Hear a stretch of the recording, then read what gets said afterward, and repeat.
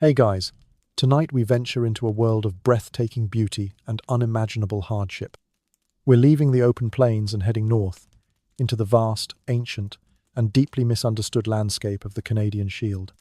It's a land of a million lakes, endless boreal forests, and a silence so profound it feels like the Earth's own heartbeat. It's the world of the canoe, the moose, and the people who learn to read the whispers of the wind in the pine trees. We often see this world through a romantic lens. The stoic woodsman, gliding silently in his birch-bark canoe across a glassy lake at dawn, living in perfect, serene harmony with a pristine natural paradise. But tonight we're going to set that image aside. We're going to explore the brutal, unvarnished reality of what it took to survive here. For the Algonquian-speaking peoples, the Anishinaabe, the Cree, and their ancestors, this was not a paradise. It was a beautiful, powerful, and often merciless adversary. So, before we begin our journey, if this is the kind of deep, unflinching history you appreciate, please take a moment to like the video and subscribe. Your support is what allows these stories to be told. And as always, I'm fascinated to know where you're joining us from. Let me know your city and what time it is in the comments below. Now, it's time. Dim the lights. Find a comfortable position. Let the noise of the modern world fade away and allow yourself to drift. We're going to discover why. For all its spiritual richness and breathtaking beauty, life in a Native American clan on the Canadian Shield was a relentless, moment-to-moment struggle for survival. Congratulations! You have been born. There is no gentle transition into this world. One moment you are in the darkness of the womb, the next you are thrust into a universe of shocking cold and stinging smoke. Your first breath is not of clean, conditioned air, but a gasp of thick, pungent wood smoke that will become the signature scent of your entire existence. Your first sensation is not the soft caress of a cotton blanket, but the rough, slightly greasy texture of a caribou hide against your fragile skin. You are lying on a bed of fragrant spruce boughs, a natural mattress laid upon the cold, hard earth. This bed is inside your home, a wigwam. It is a domed or conical structure, a marvel of nomadic engineering, built from a frame of bent saplings and covered in large, overlapping sheets of birch bark. This is the only home you will ever know. A portable womb that your family carries with them through the unforgiving seasons. Let's be clear about this home. It is not the cozy, rustic cabin of a fairy tale. It is a smoky, cramped, and often damp shelter. In the center of the dirt floor is a fire pit, a circle of stones where a small fire is kept smoldering day and night. A hole is left at the apex of the dome to allow the smoke to escape, but it is a reluctant exit. The smoke lingers, forming a permanent hazy cloud in the upper half of the wigwam. It blackens the inside of the bark walls. It permeates your clothing, your hair, your very skin. From infancy, your lungs learn to tolerate this acrid air, but it comes at a cost. A persistent, hacking cough will be a familiar sound in your community, a chronic condition that weakens the old and can be fatal to the young. The wigwam is small, perhaps 12 to 15 feet in diameter. In this space, you live with your entire extended family. Your parents, your older siblings, perhaps your father's other wife, a widowed grandparent, an unmarried uncle, and a handful of lean, hardy dogs who are treated as part of the family. The concept of privacy is an absurdity. Every conversation, every argument, every illness, every moment of intimacy or despair is a public performance. You learn to sleep amidst the sounds of snoring, coughing, a baby's cry, and the soft shuffling of dogs. At night, the entire family huddles together under a shared pile of heavy, smoky hides, a writhing mass of humanity seeking collective warmth. To be on the edge of the pile is to feel the cold seeping in from the walls. To be in the middle is to be warm, but also to be crushed. For the first year or more of your life, you will spend most of your waking and sleeping hours tightly bound in a tikinagan, or cradleboard. It is a brilliant invention, a portable bassinet that keeps you safe, secure, and out of the way while your mother works. The board is carved from a flat piece of wood, with a steam-bent wooden bow arching over your head to protect you from falling objects or from being bumped. You are swaddled in soft rabbit fur, and your diaper is a thick, absorbent cushion of dried sphagnum moss, which your mother gathers from the bogs in the summer. It is nature's perfect disposable diaper, antiseptic and incredibly effective. But this security comes at the price of mobility. You are strapped in, unable to move your limbs freely. You watch the world from a single, unchanging perspective leaning against the wall of the wigwam, or on your mother's back as she goes about her endless tasks of scraping hides, gathering wood, or cooking. You learn patience not as a virtue, but as a fundamental condition of your existence. You learn to communicate your need hunger, discomfort with subtle shifts in your breathing or a low murmur because crying too much is a waste of precious energy. Your world is a sensory overload of smoke, the smell of tanning hides, the close, unwashed scent of your family, the damp earth beneath you, and the constant, low murmur of the Algonquian tongue that is your birthright. This smoky, crowded, noisy cradle is your first classroom. It is here you will learn the first and most important lesson of your life. The world is a hard place, and survival is not guaranteed. Your life is not measured in weeks or months, but in the brutal, cyclical turning of the seasons. Each one presents a unique set of challenges, a different kind of war you must wage against the environment. The Canadian Shield does not have 4 gentle, temperate seasons. It has 4 distinct forms of hardship. You might think of spring as a time of rebirth and relief after the long, dark winter. For your people, it is the most dangerous time of the year. It is the starving season, the time of the hunger moon. The winter caches of dried meat, smoked fish, and pemmican are empty. The last handful of wild rice was eaten weeks ago. The animals that survive the winter are gaunt, their bodies lean and devoid of the precious fat your body craves. The world itself becomes an obstacle. The snow melts into a cold, sodden slurry, turning the ground into a muddy morass. The ice on the tens of thousands of lakes and rivers begins to break up, creating a treacherous, shifting landscape. You cannot travel by sled or toboggan because the snow is too wet and patchy. You cannot travel by canoe because the waterways are choked with enormous, grinding plates of ice that can crush your fragile vessel in an instant. You are stranded in your winter camp, which is now a damp, muddy, and miserable place. The hunger is a physical presence. It is a hollow, aching emptiness in your stomach that never goes away. It makes you weak, dizzy, and irritable. The children's laughter is replaced by a constant, low whimper. The elders, weakened by the long winter, often do not survive this final test. They will simply stop eating, sacrificing their meager portion for the children, and quietly pass away in their sleep.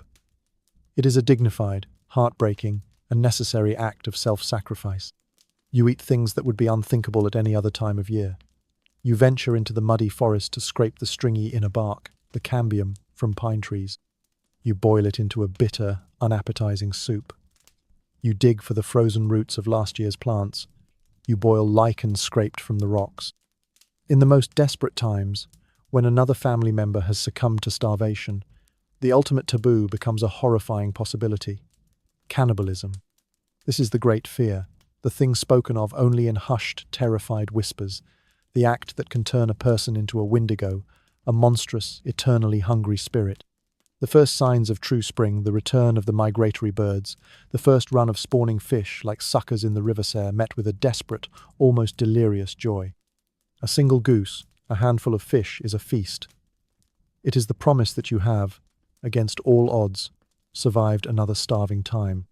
Spring is not a season of gentle blossoms. It is a grim, final exam, and many do not pass. With the arrival of summer, the land transforms. The world explodes in a riot of green. The fishing is good.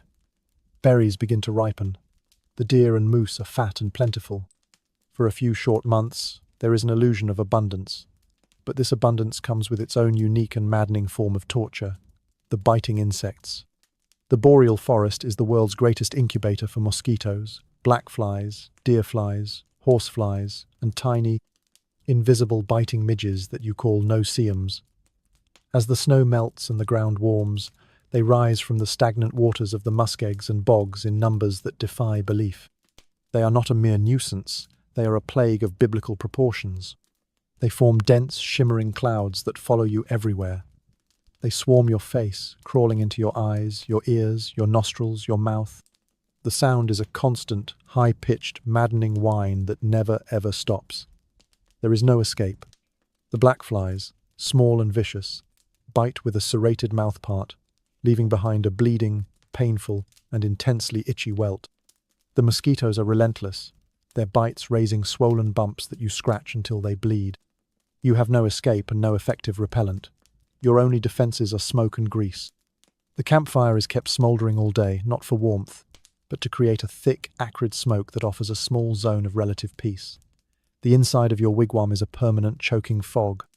Before leaving the shelter of the smoke, you must prepare for battle.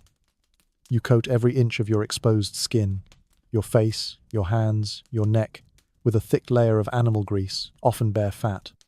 The insects still swarm you, but many get trapped in the sticky grease before they can bite. At the end of the day, you are covered in a grotesque, writhing layer of dead and dying insects. The torment is not just physical, it is psychological. The constant pain, the incessant itching, the maddening sound, the feeling of being constantly violated by millions of tiny vampires can wear down the strongest spirit. It can be difficult to work, to hunt, to think. Children, especially, suffer terribly, their faces swollen and raw from bites and scratching. A moment of inattention while working or traveling can lead to a state of near madness from the sheer onslaught. This is the price of summer's bounty. For every delicious handful of blueberries you gather, you pay with 100 painful bites. For every fish you pull from the river, you endure the torment of 1,000 whining mosquitoes. You learn a kind of stoic endurance, a mental fortitude that allows you to function while being actively devoured. As the first chill creeps into the night air and the leaves of the birch and aspen turn to gold and flame, a palpable sense of anxiety settles over your people. Autumn is not a season of peaceful reflection. It is a frantic, desperate race against the coming winter. Every single day, every hour, is critical. The work is relentless, and the stakes are your life. The primary task is the accumulation and preservation of food. This is the last window of opportunity before the world freezes. The fall hunt for moose and caribou is the most important hunt of the year. A large, fat bull moose can provide hundreds of pounds of meat, a thick hide for winter clothing, and precious fat that will be rendered into tallow. A successful hunt brings immense relief to the entire group. A failed hunt is a terrifying omen. While the men hunt, the women are engaged in a frenzy of gathering and processing. The wild rice, manumin, which grows in the shallow, muddy edges of certain lakes, must be harvested. This is a delicate and laborious process. 2 women will go out in a canoe. One will paddle slowly through the rice beds, while the other uses 2 small sticks, or knockers, to gently bend the stalks over the canoe and tap the ripe grains off. After harvesting, the rice must be parched over a fire to dry it and loosen the husk, then threshed by treading on it, and finally winnowed by tossing it in the air on a windy day to separate the grain from the chaff. It is days of work to produce a relatively small amount of this highly nutritious food. Berries are gathered in vast quantities: blueberries, raspberries, saskatoons, and cranberries. They are eaten fresh, but most are laid out on birch bark trays to dry in the sun, shrinking into hard, sweet pellets that can be stored for the winter and added to meat dishes. Fishing is also at its peak. Fish are caught with nets made from nettle fibre or willow bark, or speared in the shallows. The catch is then split, scored, and hung on large wooden racks to be smoked and dried over a slow, smouldering fire. The camp is filled with the pungent, oily smell of smoked fish, a scent that promises survival through the coming cold. Every part of the successful hunt is processed. The meat is cut into thin strips and dried into a tough jerky. Some is pounded and mixed with rendered fat and dried berries to make pemmican, the ultimate survival food. The hides are scraped, dehaired, and tanned in the brain solution, a disgusting but necessary process to create the leather for winter moccasins, leggings, and mittens. The bones are cracked for their marrow, and the sinew is saved for thread. Nothing is wasted. The workload during autumn is crushing. Everyone, from the youngest child capable of picking a berry to the oldest elder who can sit and mend a net, is working from sunrise to sunset. There is a tangible fear that drives you. The days are getting shorter, the nights are getting colder. The first snowfall could come at any time. Did we get enough? Is it enough to last until spring? You look at your caches of food, the bundles of dried meat, the bags of rice, the strings of smoked fish, and you pray that it will be sufficient. Because when the first blizzard hits, the race is over. You have what you have, and you will live or die by the fruits of your autumn labor. Winter descends upon the Canadian Shield, not as a season, but as a different state of being. The world is transformed into a realm of white, of silence, and of a cold, so profound it feels like the absence of God. For 6 to 7 months, you will be locked in a battle against an enemy that does not sleep, does not tire, and shows no mercy. The cold is a living entity. It is not a matter of discomfort. It is a constant threat of death. Temperatures of 40 degrees below zero are common and can persist for weeks. At these temperatures, exposed skin freezes in less than a minute. A deep breath of air feels like swallowing a shard of glass. The moisture in your nostrils freezes instantly. Trees in the forest crack with a sound like a rifle shot as the sap inside them freezes and expands. Your wigwam is your only refuge, but it is a fragile one. You have piled snow up to the eaves for insulation. The floor is a thick mattress of spruce boughs and firs. The smoke hole is made as small as possible. The central fire is kept alive with a reverence reserved for a deity. Letting it go out is unthinkable. Fuel is a constant source of anxiety. The wood gathered in the autumn is precious. It is rationed carefully. When it runs low, the men must venture out on snowshoes into the deep snow to find deadfall, their breath freezing into clouds in front of them. Life shrinks to the confines of your smoky, cramped shelter. The days are short, the light is grey and weak. The nights are immensely long and dark. The boredom is a physical weight. To pass the time, the elders tell stories, the great myths of creation, and the hilarious bawdy tales of the trickster. The women mend clothing, weaving intricate patterns with dyed porcupine quills. The men repair their hunting tools and weapons, their fingers stiff with cold. Hunger is your constant shadow. The food stores are managed with extreme care. The meals are small and monotonous. A little dried meat, a handful of rice, a piece of smoked fish. You dream of the taste of fresh berries, of hot, fatty moose meat. The hunger weakens your body's ability to fight the cold, creating a vicious cycle. Sometimes, the men must hunt. They travel on snowshoes, their movements slow and laborious in the deep, soft snow. Hunting a moose in winter is incredibly difficult. The animal is wary, and a single misplaced step that crunches in the snow can send it crashing away through the trees. The hunter might spend days tracking an animal, sleeping in a temporary snow shelter, his body slowly being drained of its warmth and energy. The greatest danger of winter is not just the cold or the hunger, but the isolation. Your family group is alone, a tiny island of life in a vast, dead world. You might not see another human being outside your own small band for the entire winter. The psychological strain can be immense. The confinement leads to tension and arguments. The unending silence and monochrome landscape can lead to a form of depression, a deep spiritual weariness. This is the time when the fear of the Wendigo is most potent. In the depths of a starving winter, the line between sanity and madness can become terrifyingly thin.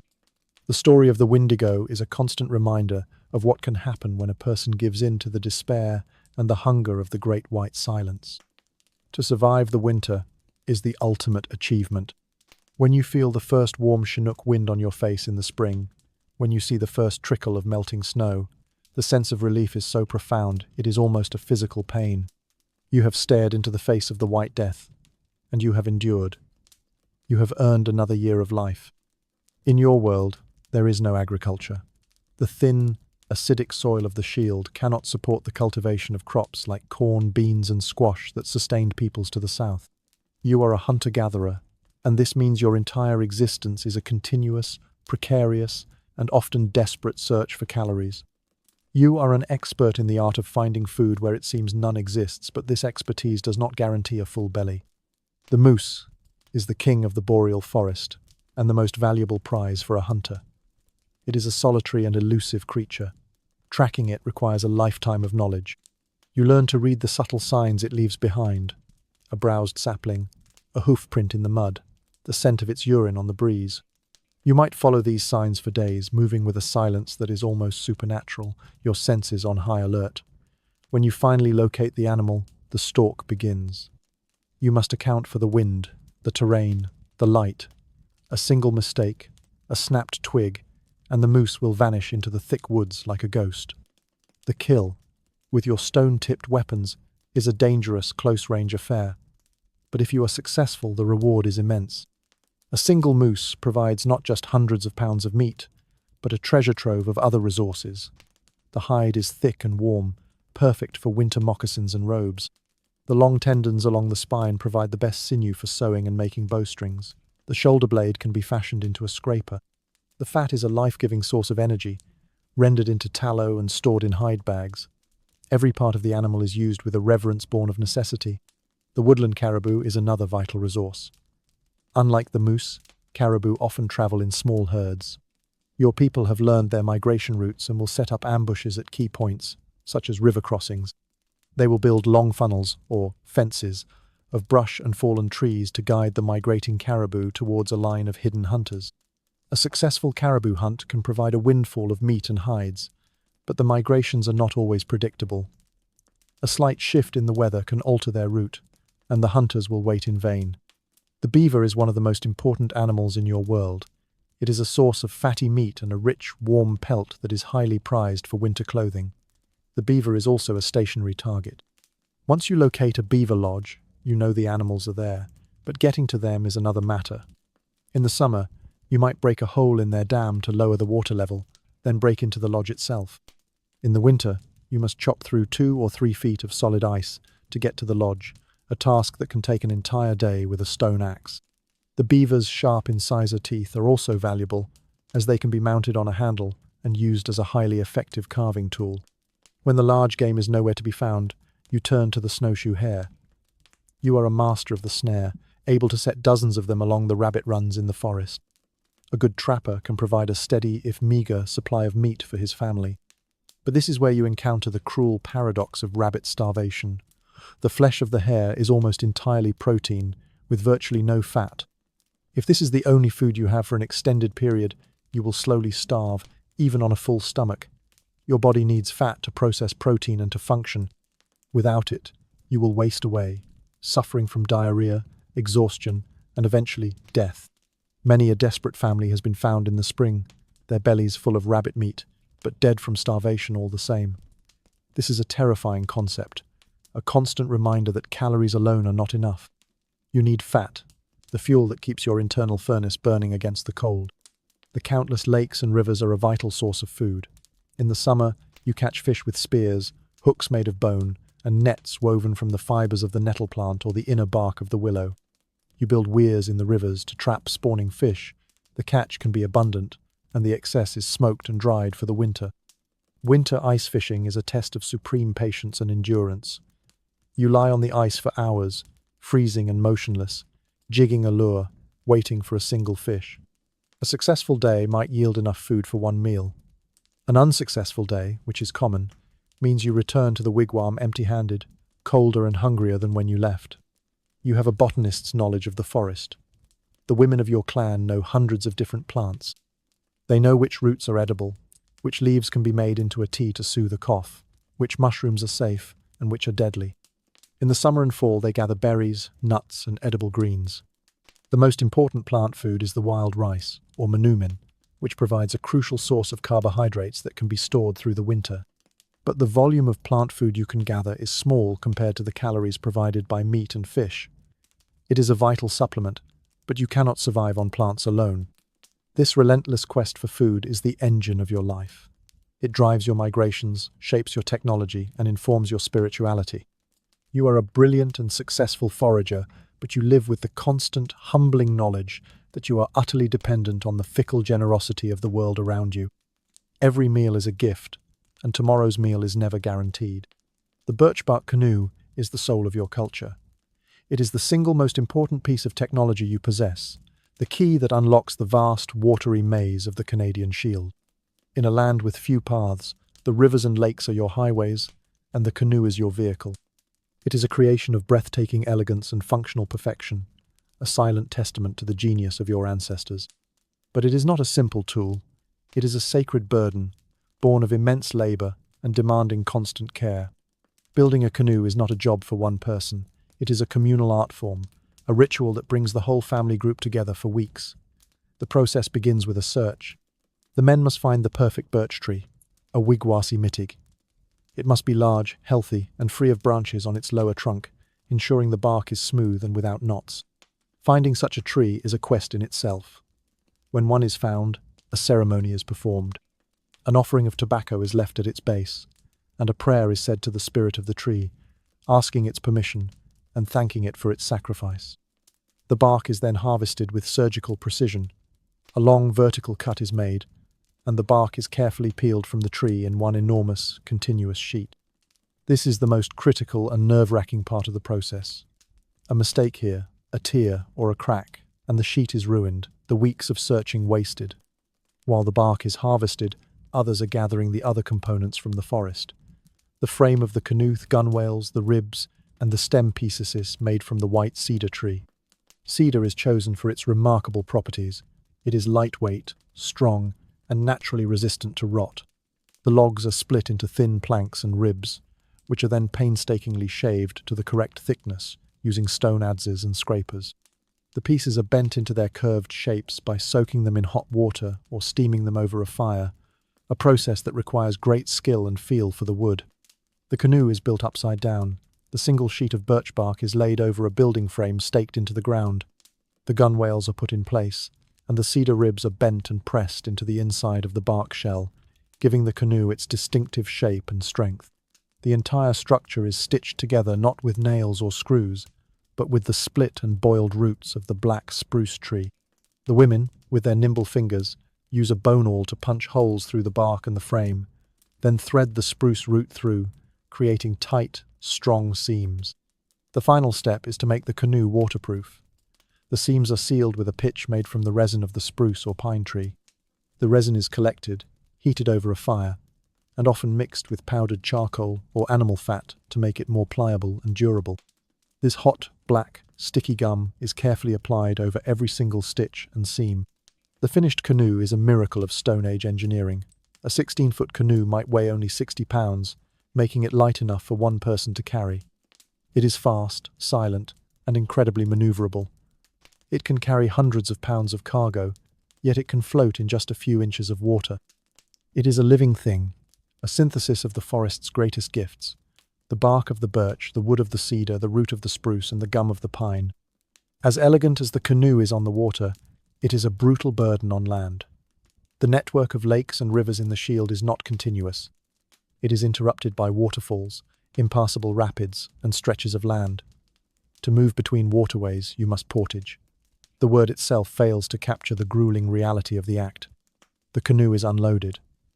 Every single item your family owns: the rolled-up wigwam cover, the cooking vessels, the tools, the weapons, the bundles of hides, the caches of food, and the children themselves must be prepared for carrying. This is done with a tumpline, a strap that passes over the top of your head, allowing you to carry immense weight on your back, supported by your neck and spine. The canoe itself is hoisted onto one person's shoulders, usually a man's. He will flip it over his head, resting the center thwart on his shoulders, the canoe balancing like a giant, awkward turtle shell.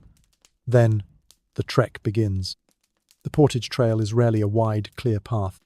It is often a narrow, rugged track that winds through dense undergrowth, over slippery, moss-covered boulders, and through boot-sucking bogs and swamps.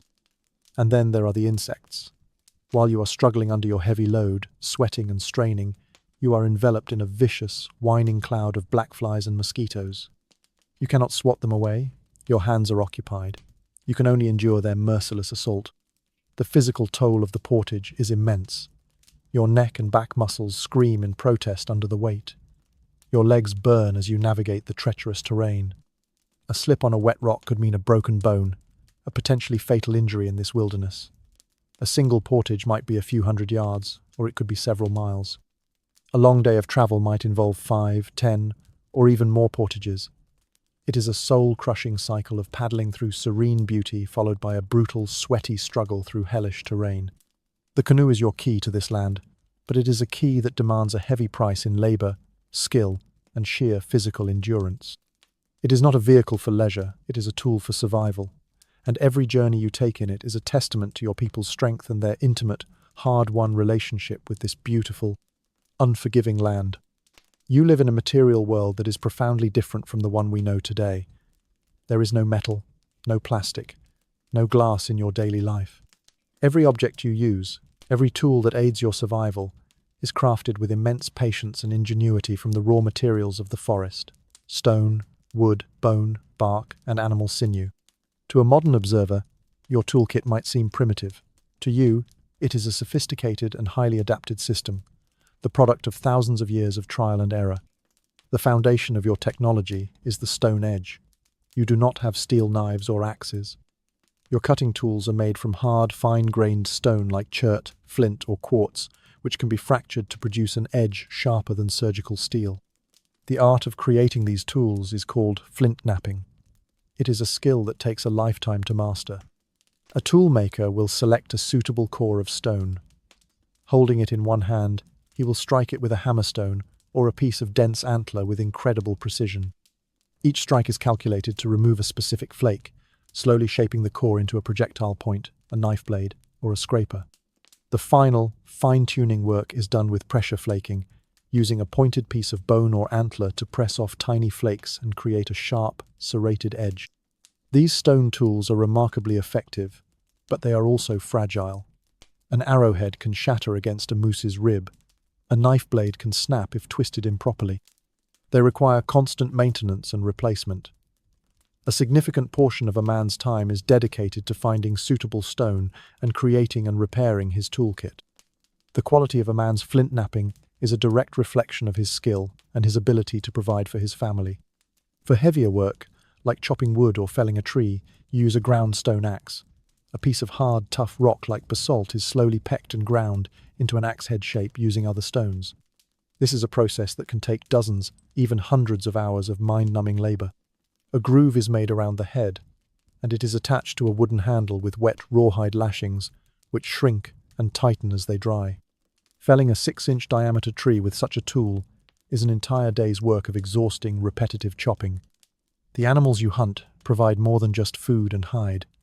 They provide the raw materials for a vast array of tools. Bone is your equivalent of plastic. It is strong, durable, and can be worked into many shapes. You use bone to make needles and awls for sewing, fish hooks, harpoon points, and fleshers for scraping hides. Antler and horn are even tougher and are used for flint knapping tools, knife handles, and spoons. The sharp incisor teeth of the beaver are prized as natural carving tools, perfect for working with wood. The sinew, the long, tough tendons found along an animal's backbone, is your thread. It is carefully removed, cleaned, and dried. When needed, it can be separated into fine, incredibly strong fibers. It is used to stitch clothing, to lash projectile points to shafts, and to back your bows, adding to their power. Wood is used for everything from the frame of your wigwam and the hull of your canoe to the handles of your tools and the shafts of your arrows. You have a deep understanding of the different properties of wood. Cedar for its lightness and resistance to rot, birch for its strength and flexibility, ash for its straight grain, perfect for arrow shafts. Birch bark is perhaps the most versatile material of all. It is a natural waterproof fabric. It is used for the covering of your wigwam and your canoe. It is also used to make a vast array of containers, baskets for gathering berries, boxes for storing food, and vessels for cooking. You can even cook water in a birch bark basket by dropping fire-heated stones into it. The bark is pliable when fresh and can be cut, folded, and stitched into almost any shape imaginable. Your life is a testament to the power of ingenuity in the absence of complex technology. Every object you own is imbued with the story of its own creation, the search for the right materials, the hours of patient labor, the skill passed down through generations. You have a relationship with your tools that is almost personal. They are not disposable commodities. They are extensions of your own body, partners in the daily, difficult dance of survival. In your world, the line between the health of the body and the health of the spirit is non-existent. An illness or an injury is not simply a biological event. It is a spiritual crisis, a sign of disharmony in the universe.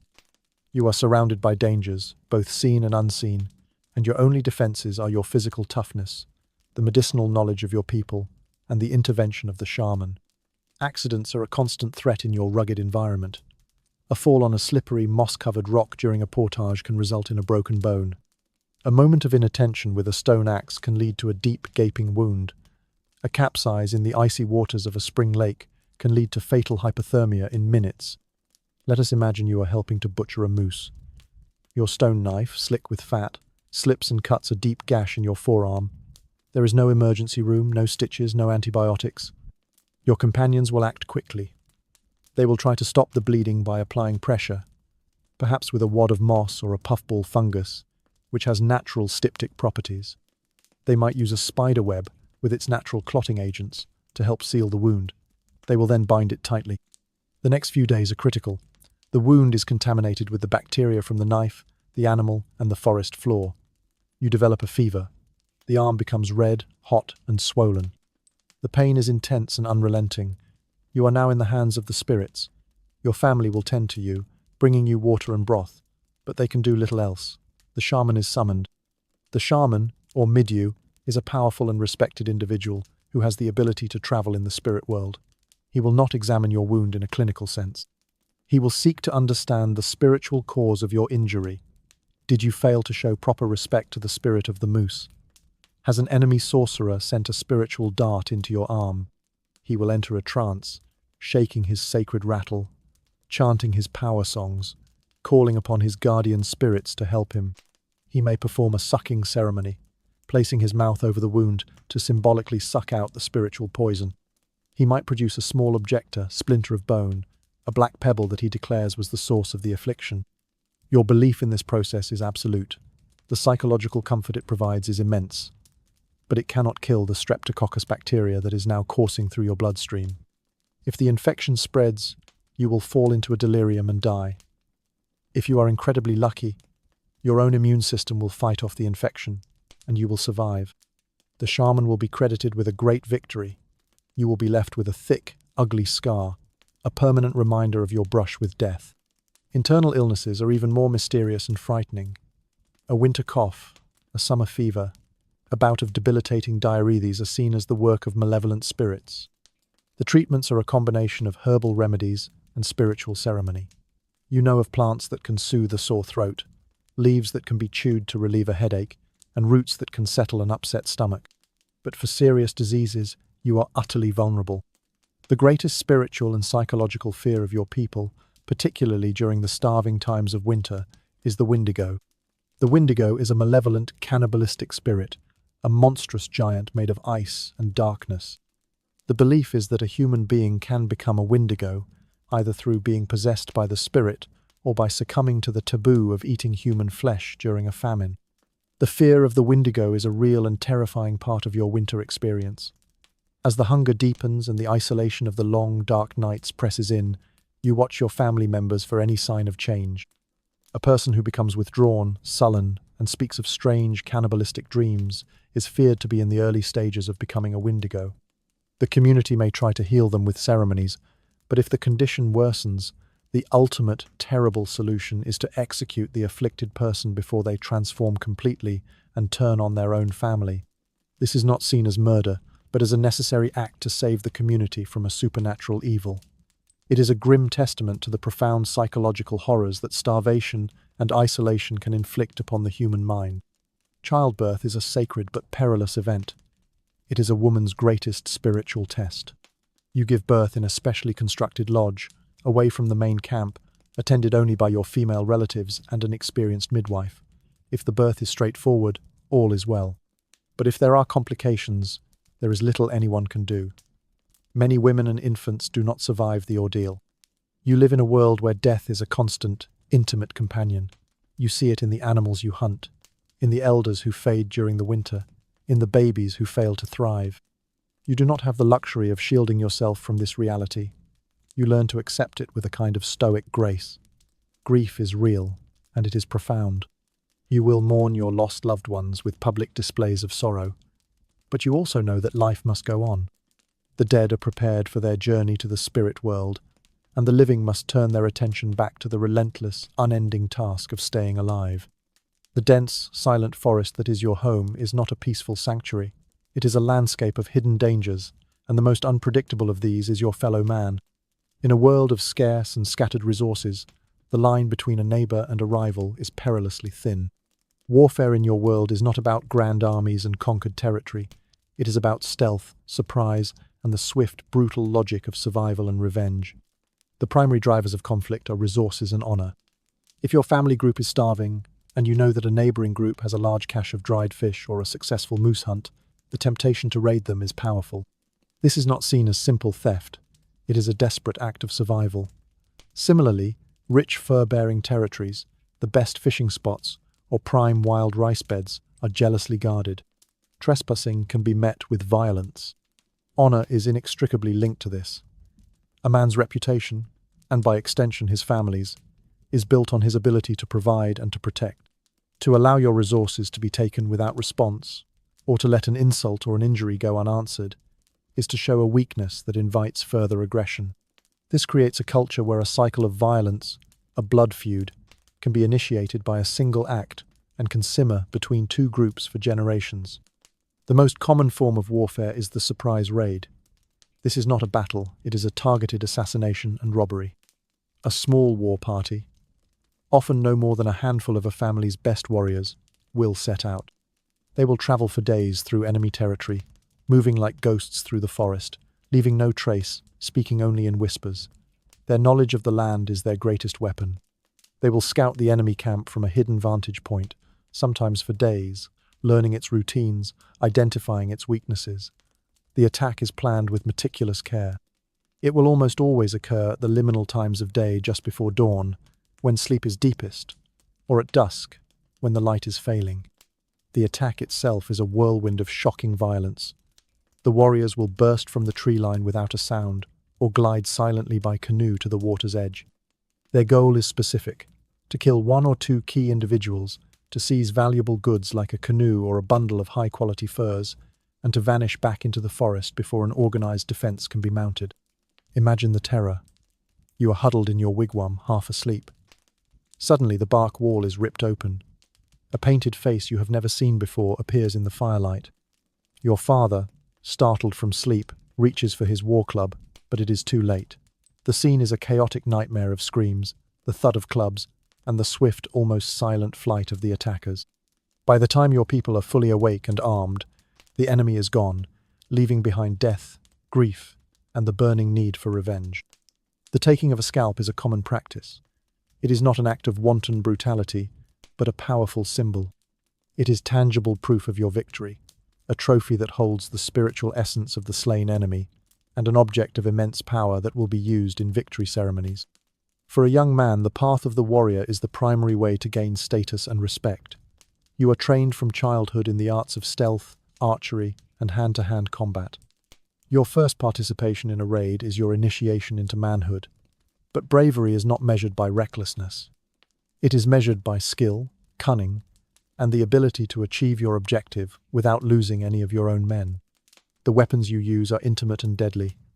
The war club, the stone-tipped spear, the knife, and the bow. The fighting is close, personal, and terrifying. You look your enemy in the eye as you fight. You feel the shock of your club connecting with his skull. You hear his last breath. This is not the impersonal killing of modern warfare. It is a visceral, hands-on act of violence that leaves deep psychological scars. The casualty rate is high. Every family has lost members to this endless, low-level warfare. The constant threat of attack creates a deep-seated suspicion of all outsiders. When you encounter strangers in the forest, your first instinct is not friendship, but fear. Are they friend or foe? A moment's hesitation in making that judgment could be your last. You live in a beautiful but dangerous world, where the rustle of leaves could be the wind, or it could be the silent footfall of an enemy coming to take your life. In your world, the greatest sin is to be alone. Your entire identity, your safety, and your chance of survival are rooted in your membership in a small, intimate, and intensely interdependent family group. This web of kinship is your fortress against the hardships of the world. It is a system of absolute social security. But it is also a cage, a place of immense psychological pressure, where the needs of the group always outweigh the desires of the individual. You are born into a complex network of obligations. Your loyalty is not to a nation or a king, but to your kin. The group typically consists of a few related families, perhaps 20 to 50 people in total. They are your brothers, sisters, parents, aunts, uncles, and cousins. You will live with these same people your entire life. This bond is practical. No single person can hunt a moose, build a canoe, or survive a winter alone. You are utterly dependent on the skills and labor of others, and they are utterly dependent on you. If your hunt fails, you know your brother will share his kill with your family. If you are sick, your aunt will care for your children. This is not considered charity. It is simply the way things are. Generosity and sharing are the bedrock of your society.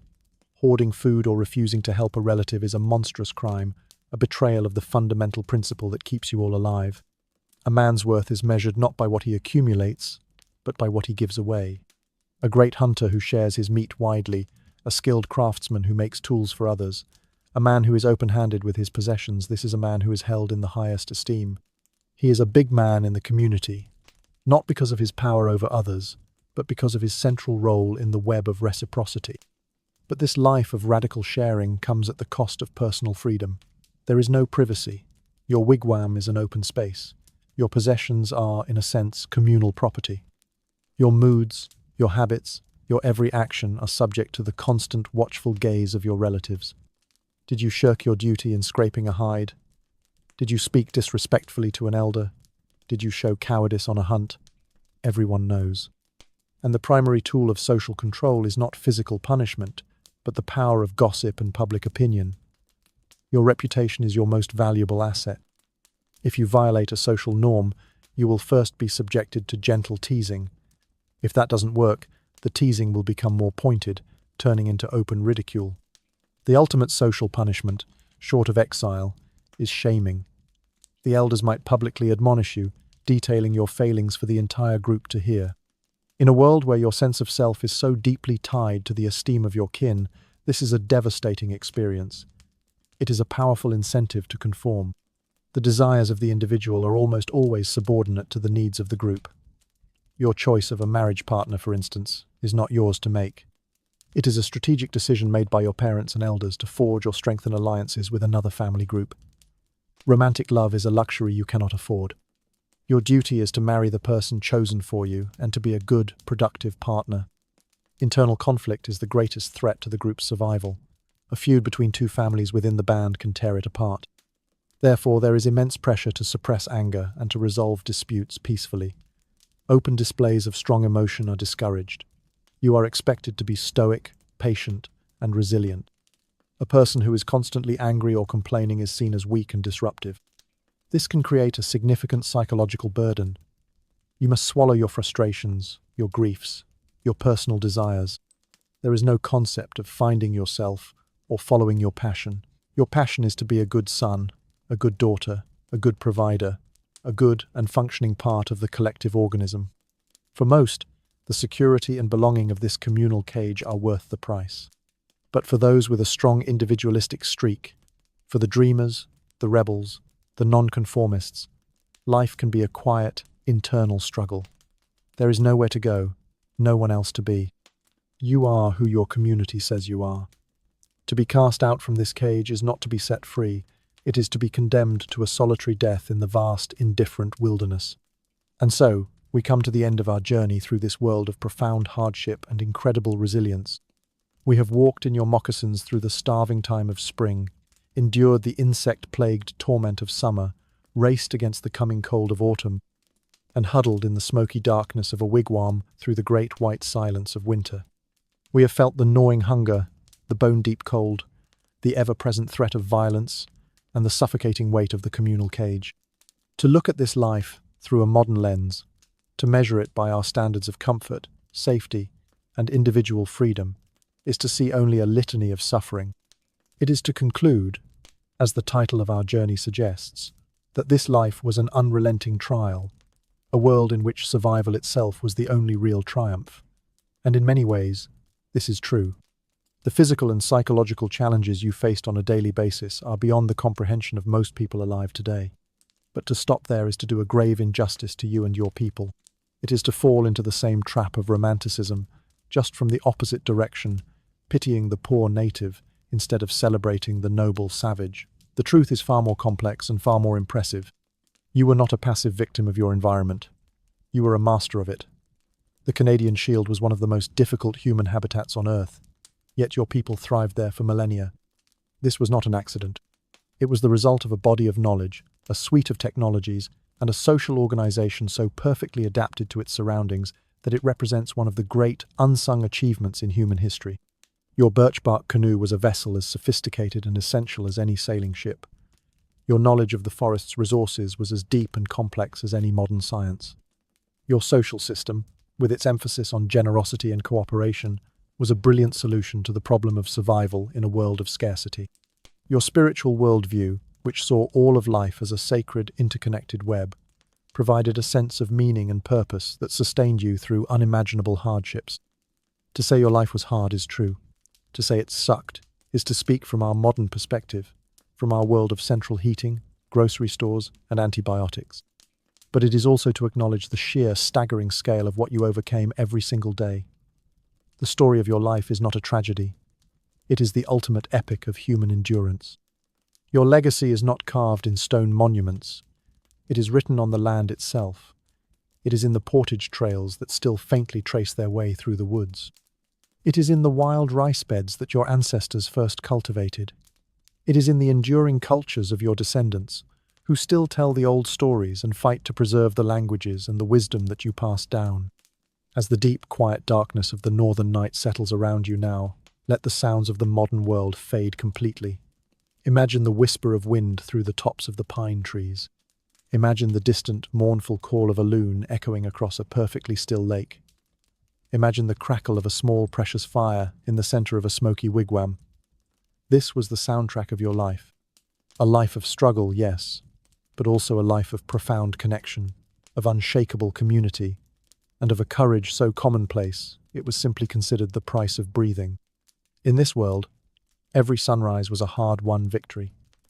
Every full belly was a cause for deep gratitude, and every shared story around the fire was a defiance of the long, cold, and silent night. And in that defiance, there is a beauty and a power that no amount of hardship could ever extinguish.